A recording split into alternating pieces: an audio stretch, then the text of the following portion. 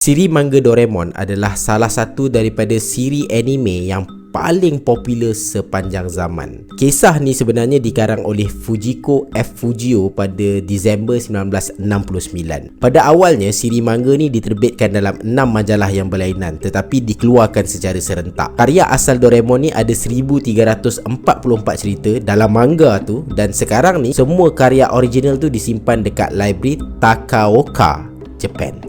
Pada tahun 1973, TMS Entertainment telah menayangkan siri animasi Doraemon pertama kalinya sebanyak 25 episod dekat TV. Lepas tu pada tahun 1979, Shii Animation upgrade cerita animasi Doraemon ni dan tayang dekat TV sebanyak 1787 episod. Banyak gila guys. Animasi Doraemon ni dia tak stop dekat situ. Pada tahun 2005, Shii Animation bergabung dengan Asatsu Dike untuk mengeluarkan siri animasi Doraemon yang baru sebanyak 800 episod guys. Banyak juga episod Doraemon ni kan. For your information, siri animasi Doraemon ni masih lagi ditayangkan sampai sekarang. Tapi cerita dia ulang lah. Dah tak ada episod baru dah. Tapi apa yang aku nak bagi tahu dekat korang sekarang ni adalah cerita asal Doraemon yang original karya dia tu ada 1344 episod sahaja. Yang anime tu adalah adaptasi daripada manga dan ada juga yang dikarang oleh orang lain. Maksud dia, ada di antara anime version Doraemon ni bukan Fujiko F. Fujio punya version. So dekat mana misteri dia ni kan, sampai nak kena cerita dekat dalam Babel Studio? Okey, misteri dia dekat sini. Daripada kecil sampai besar semua orang duk tengok cerita pasal Doraemon ni. Tapi setelah sekian lama kita duk layan cerita Doraemon ni, korang pernah terfikir tak apa ending cerita Doraemon ni? Macam tak ada endingnya. Lepas tu lagi satu, siapa sebenarnya yang cipta Doraemon ni? Korang tahu? Assalamualaikum guys, apa khabar semua? It's me Afwan here. So hari ni kita nak story pasal ending cerita Doraemon. Let's go.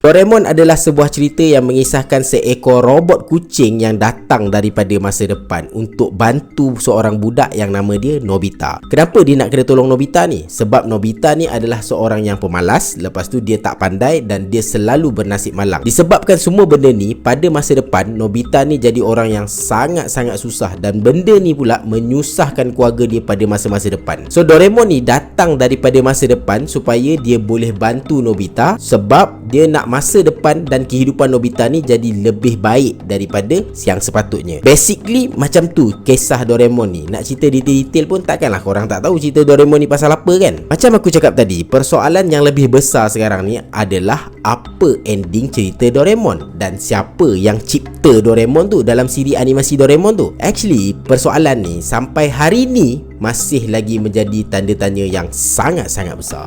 Disebabkan akhir cerita Doraemon ni tak jelas, maka muncullah beberapa teori untuk jawab persoalan ni. Ada teori yang cakap Nobita ni sebenarnya budak yang ada sakit mental, ataupun kita panggil penyakit tu sebagai skizofrenia kalau tak silap aku. Poket 3 dimensi, laci mesin masa, pintu suka hati, bambu-bambu terbang, bahkan Doraemon tu sendiri, semuanya adalah imajinasi dan juga khayalan yang dicipta oleh Nobita sendiri. Nobita wujudkan semua ni dalam dunia yang dia sendiri saja yang boleh nampak dan dia sendiri saja yang tahu. Nobita ni jadi macam tu sebab dia selalu disisihkan dan kemudian dia dibuli oleh kawan-kawan dia. Semakin hari Nobita ni semakin tertekan, perangai dia jadi makin pelik, penyakit dia jadi makin teruk. Last kanak-kanak yang lain pun menjauhkan diri mereka daripada Nobita sebab dia rasa tak selamat bila duduk dengan Nobita ni. Termasuklah dengan kawan baik dia yang dia sangat-sangat suka dan sayang, iaitu Shizuka. Disebabkan dia nak rasa hidup seperti kanak-kanak lain, maka wujudlah Doraemon tu dekat dalam dunia imajinasi dia. Senang cerita lah guys, dia berhalusinasi. Dia create karakter Doraemon ni supaya dia boleh rasa ada seorang teman yang sangat-sangat memahami diri dia sendiri. Benda ni jadi lagi parah bila Nobita berusia 16 tahun. Keluarga dia bawa Nobita pergi jumpa dengan pakar sakit mental, dan doktor cakap dekat Nobita yang Doraemon tu tak wujud. Doraemon tu cuma khayalan, dia cuma ada dekat dalam otak engkau saja. Nobita tak boleh terima dengan kenyataan ni. Akhirnya Nobita mengakhiri diri dia sendiri dengan cara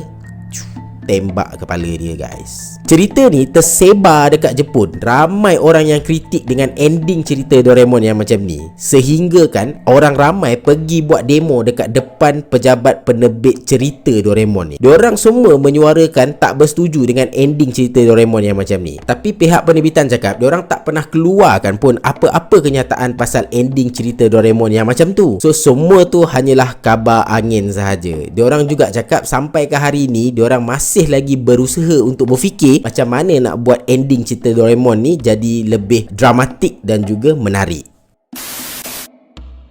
Version lain ending cerita Doraemon ni adalah hasil daripada Nobua 1. Yang ending ni aku yakin ramai orang tahu. Satu hari bila Nobita balik daripada sekolah, dia pergi mengadu dekat Doraemon sebab dia kena bully dengan Giant. Bila dia mengadu dekat Doraemon, Doraemon ni tak ada bagi respon. Doraemon ni tak bergerak-bergerak. Dia goncang-goncang Doraemon macam tu lah, kaku macam tu je. So Nobita pun risau. Nobita telefon Doralin, adik kepada Doraemon. Doralin cakap dekat Nobita yang Doraemon tu dah kehabisan bateri. So Nobita pun cakap tukar je lah bateri Doraemon, dah habis bateri nak buat apa lagi. Tapi proses untuk tukar bateri Doraemon tu tak semudah seperti mana yang Nobita cakap. Doralin cakap kalau tukar bateri Doraemon tu, yes, Doraemon boleh hidup balik, tapi masalahnya Doraemon akan hilang ke semua memori dia, termasuk memori dia bersama dengan Nobita. Sebab apa? Sebab memori Doraemon ni dia simpan dekat dalam dia punya telinga. Tapi Doraemon ni dah tak ada telinga sebab telinga dia ni kena makan dengan tikus. Nobita cuba bawa balik Doraemon untuk pergi ke masa depan sebab dia nak fix Doraemon ni. Tapi polis pada masa depan melarang untuk Nobita bawa balik Doraemon pergi masa depan. Dan benda tu tak pernah pun terjadi. Nobita juga cakap dekat Doralin, panggil lah siapa yang cipta Doraemon tu, datang sini, lepas tu fix Doraemon. Tapi Doralin cakap siapa yang mencipta Doraemon tu adalah rahsia yang tak pernah ada seorang pun yang tahu. So memang tak boleh nak tolong dekat situ. Tak ada cara lain, Nobita sendirilah yang perlu baiki Doraemon. Tapi masalahnya pada masa tu, teknologi yang ada pada masa tu tak mampu untuk baiki Doraemon. Sebab penciptaan Doraemon ni sangat-sangat kompleks dalam siri cerita Doraemon ni. Peristiwa ni lah yang mengubah sikap Nobita daripada budak yang malas belajar, lepas tu bodoh, kepada budak yang paling bijak dekat dalam sekolah dia. Lepas tu dia rajin belajar. Akhirnya Nobita ni berjaya mewujudkan satu teknologi untuk membaiki Doraemon. Dekat sinilah munculnya teori yang Nobita ni sebenarnya pencipta asal kepada robot kucing Doraemon tu. Ending ni nampak lebih relevan, nampak lebih menarik daripada yang aku cerita yang first tadi. Tapi ini bukan officialnya ending. Ini just a fan made je. Sampai ke hari ni tak ada seorang pun tahu apa ending cerita Doraemon versi Fujiko F Fujio. Sebab apa? Fujiko F Fujio tak pernah bagi tahu dekat orang lain apa plan dia untuk endingkan cerita Doraemon ni. Last kali dia meninggal dalam keadaan dia sendiri tak pernah bagi tahu dekat orang lain apa ending cerita Doraemon. Stand By Me 2 akan ditayangkan pada tahun ni, tahun 2021. Sequel daripada cerita Doraemon Stand By Me pada tahun 2014.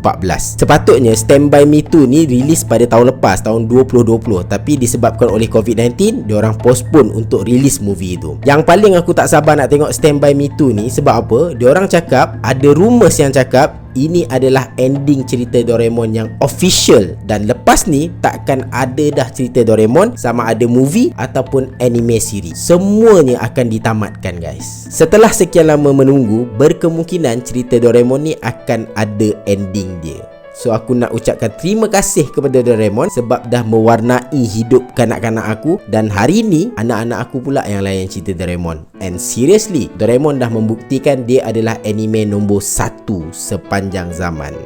Betul tak, guys? Korang setuju tak dengan aku?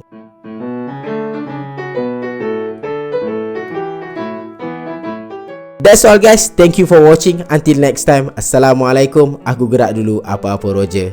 Bye-bye. Jangan lupa subscribe, like dan komen dekat bawah tajuk apa yang korang nak dengar lepas ni.